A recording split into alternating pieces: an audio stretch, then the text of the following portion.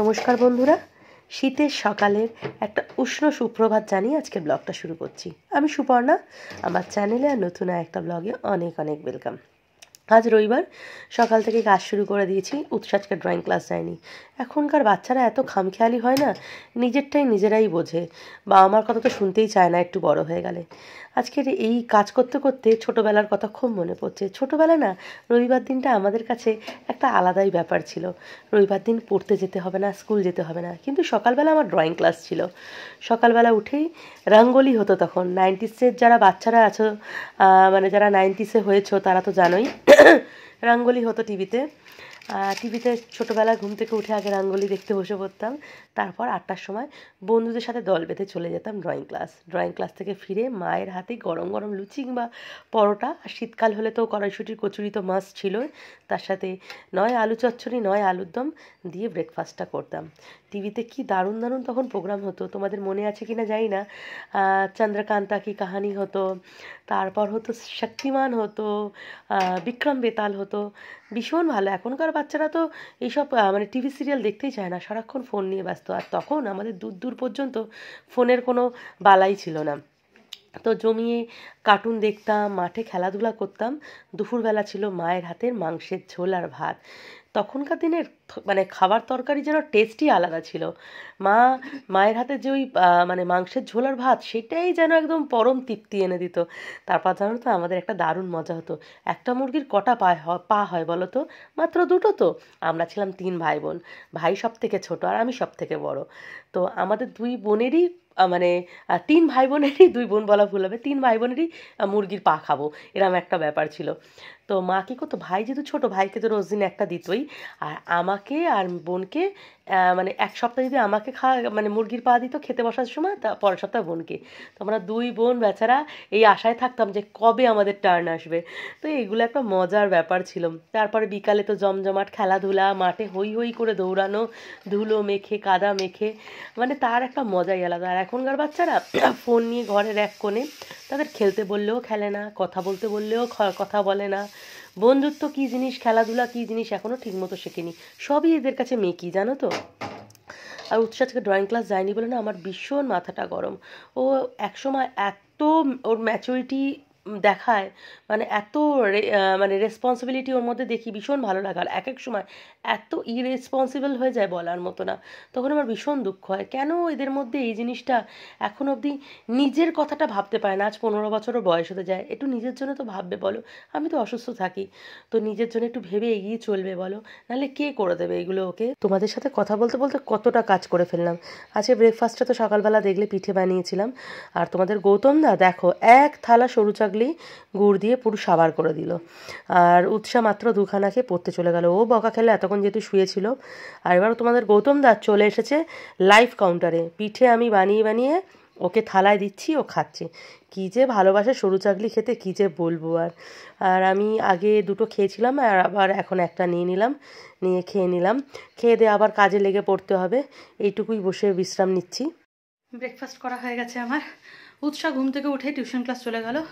2খানা সরু চাকলি খেলো, তাও গুড় ছাড়া। যাওয়ার আগে, টিউশন ক্লাস থেকে যাওয়ার আগে নিশ্চয়ই দিদার বাড়ি ঘুরে যাবে। দিদার রবিবার কী বানিয়েছে খেয়ে দেয়, তারপর যাবে। আর গুড়টা যা টেস্টি ছিল না, আর বলে বোঝাতে পারবো না। এত সুন্দর গন্ধ ছাড়ছে না, মানে বলার মতো না। নতুন গুড়ের ওই মানে গন্ধ আর টেস্ট, একদম পাতলা গুড়টা। মানে এই দোকান থেকে ও পৌষ সংক্রান্তির দিনও গুড় এনেছিল। তো ওটাও ভালো ছিল, কিন্তু এটা ওর থেকেও বেশি ভালো। মানে এত টেস্টি লেগেছে বলার মতো না আমার। মানে গুড়ের জন্যেই আমি 3খানা সরু চাকলি খেয়ে নিয়েছি লোভে পড়ে। নাহলে 1টা থেকে 2টো হয়তো খাই, হ্যাঁ, গুড় দিয়ে, নাহলে গুড় ছাড়াই আমি খাই। কিন্তু আজকের গুড় দিয়ে আমি 3খানা সরু চাকলি খেয়েছি। এরকম একটা অবস্থা। তো বিছানাটা তুলে নিই, তারপর রান্না বান্নার ব্যবস্থা করতে হবে। বুটুবাবু চলে এসেছে, ওনার খেলনা বের করে দিলাম, উনি খেলতে বসে পড়েছে। বুটুবাবু খুব সুন্দর গান শিখেছে, গান শোনাবে একটু পরে সবাইকে, তাই তো? না, গান শিখিনি। ওই যে গানটা শোনালি আমাকে, শ্রীরাম জানকী। বলি না, শ্রীরাম জানকী बैठे तेरे जीने में, श्रीराम जानकी बैठे तेरे जीने में। जय श्री राम। ভুটুবাবু রান্না করুক, আমিও চলে যাই রান্নাঘরে রান্না করতে, তাই তো ভুটুবাবু? আর একটু পর পর তো ভুটুবাবু আমাকে ডাকবেই ওর টেস্টি খাবারগুলো টেস্ট করার জন্যে, তো সুতরাং আমি হ্যাঁ হ্যাঁ তুমি রান্না করো না মনের মতো করে, একদম একদম। তো ভুটুবাবুর সাথেও একটু খেলতে হবে, আর নিজের সংসারের সাথেও একটুখানি খেলে খেলে রান্না করতে হবে। তো চললাম। তো সবজিওয়ালা দাদা এসেছে, আমি একটু তেঁতুল নিলাম, তেঁতুলের একটু চাটনি বানিয়ে রাখবো বলে এখানে, আর নিলাম একটু কুল। কুলটা যথারীতি আমি সরস্বতী পূজার আগে খাই না, কিন্তু এবার কুলটা দেখে ইচ্ছা হলো। আর তো পড়াশোনা করছি না, খেয়েই নি, যাই হবে দেখা যাবে। যদি ভুটু খেতে পারে কুল পরীক্ষা না দিয়ে, আমি না খাওয়ার কি আছে, তাই তো ভুটু? কি হবে যে সরস্বতী পূজার আগে কুল খেলি? ঠাকুর পাপ দেবে না? সরস্বতী যদি ভুটুকে না পাপ দাও, তাহলে আমাকেও পাপ দিও না, আমিও আজকের একটা কুল খাবো। যেহেতু সানডে, গৌতম ফুল সাউন্ডে গান চালিয়েছে। গৌতম আর আমি দুজনেই গান শুনতে ভালোবাসি। আর এখানে বুটুবাবু আমাদের নাচ দেখাচ্ছে। বুটুবাবুর ডান্স দেখলেও হবে না, বুটুবাবুর সাথে খেললেও হবে না, রান্না করতে হবে। চলে এসেছি রান্নাঘরে, আর ওদিকে রান্না বসিয়ে দিয়েছি। এদিকে পালং শাকটা বেছে রেখেছে, যে পালং শাক চিংড়ি মাছ দিয়ে করবো। আর চিংড়ি মাছটাও আমার কাটা বাছা হয়ে গেছে। একবার করে খুন্তি নাড়ছি আর একবার করে আমার ভুটুবাবুর ডান্স দেখছি। আর এই ডান্স ফর্মটা দেখে তোমরা তো বুঝতেই পারছো কী গানে ভুটুবাবু আমাদের ডান্স দেখাচ্ছে। দেখো, জামাল কুদু। মাংসটা নামিয়ে এখানে চিংড়ি মাছটা ভেজে নিচ্ছি। ভুটু চিংড়ি দেখা মাত্রই আমাকে বারবার বলে যাচ্ছে চিংড়ি মাছটা ভাজো, আমি খাবো। ও চিংড়ি মাছটা খেতে ভীষণ ভালোবাসে, তো চিংড়ি মাছটা তাই বসিয়ে দিলাম। জীবনে ফার্স্ট টাইম উৎসাহ নিজের রূপচর্চা করছে, যেহেতু কালকের ওর স্কুলের ফেয়ারওয়েল। আর ওর ভাই ওকে সেবা করছে। কি করছিস, হাওয়া দিয়ে শোকাচ্ছিস? পেতনি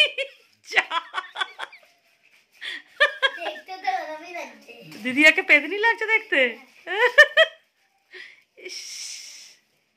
ভুটু থাকলে আমার রান্নায় মন লাগে না, রান্না না কোনো কাজেই মন লাগে না। একবার করে একটু করে কাজ করছি, ওর সাথে একটু গল্প করছি, তার জন্যে আমার যে কাজ 1 ঘন্টায় হয়ে যায় সেটা আমার 2-3 ঘন্টা লেগে যাচ্ছে। রান্না এখনো কমপ্লিট হয়নি, এখনো একটা তরকারি বাকি, ভাত বসিয়ে দিয়ে এসেছি। এখন আমার প্রভুর সেবা করছি। প্রভু আপেল খাবে, খোসা ছাড়িয়ে দিতে হবে। প্রভুর নাকি পেট ডাকছে, পেটে নাকি গুড়গুড় গুড়গুড় হচ্ছে, তার জন্য আপেল খাবে। কারণ আপেল ছাড়িয়ে দিই। আর গৌতম স্নান করে ঠাকুরটা দিয়ে দিয়েছে। এখন আমি আমার প্রভুর সেবা করব, ভোগ নিবেদন করব আমার গোপালকে।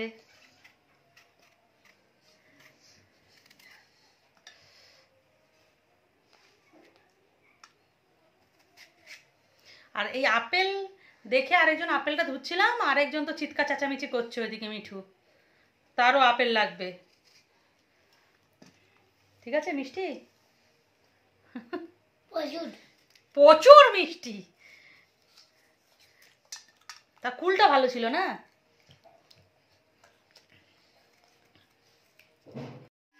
ভুটুবাবু খেলে ধুলে একদম খাট পরিষ্কার করে ফেলেছে। দেখো কত সুন্দর করে খাট গুছিয়ে দিয়েছে।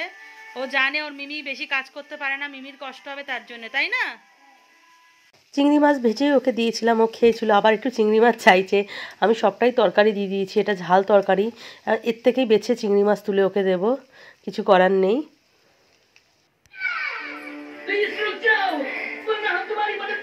আস্তে করে ধরো,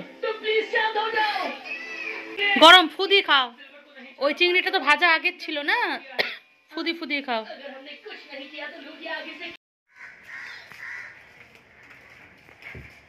টাটা।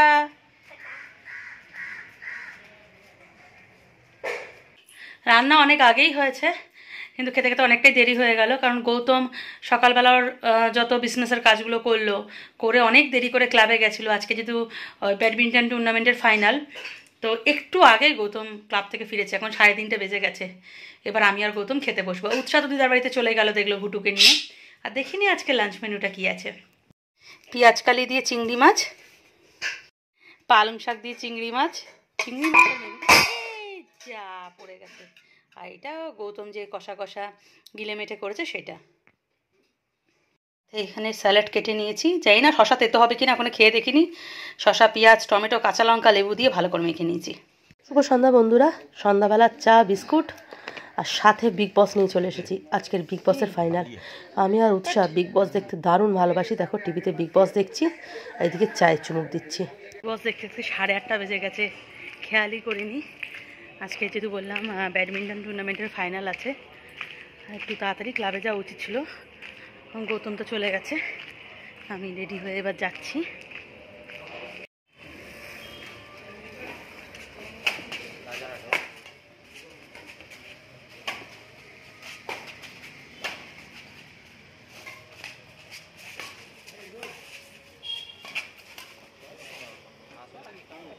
দিনব্যাপী ব্যাডমিন্টন টুর্নামেন্টের আজকের ফাইনাল ছিল, তো ফাইনালিস্টকে আমরা পেয়ে গেছি। এদিকে রয়েছে 3 রকমের মেডেল, গোল্ড, ব্রোঞ্জ, সিলভার, তার সাথে রয়েছে এক একটা মেমেন্টো।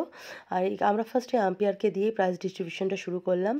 আর এটা হচ্ছে সেকেন্ড রানার আপ, এরা একটা করে ব্রোঞ্জ মেডেল, তার সাথে পেয়েছে 2000 টাকার প্রাইজ মানি আর একটা করে মেমেন্টো।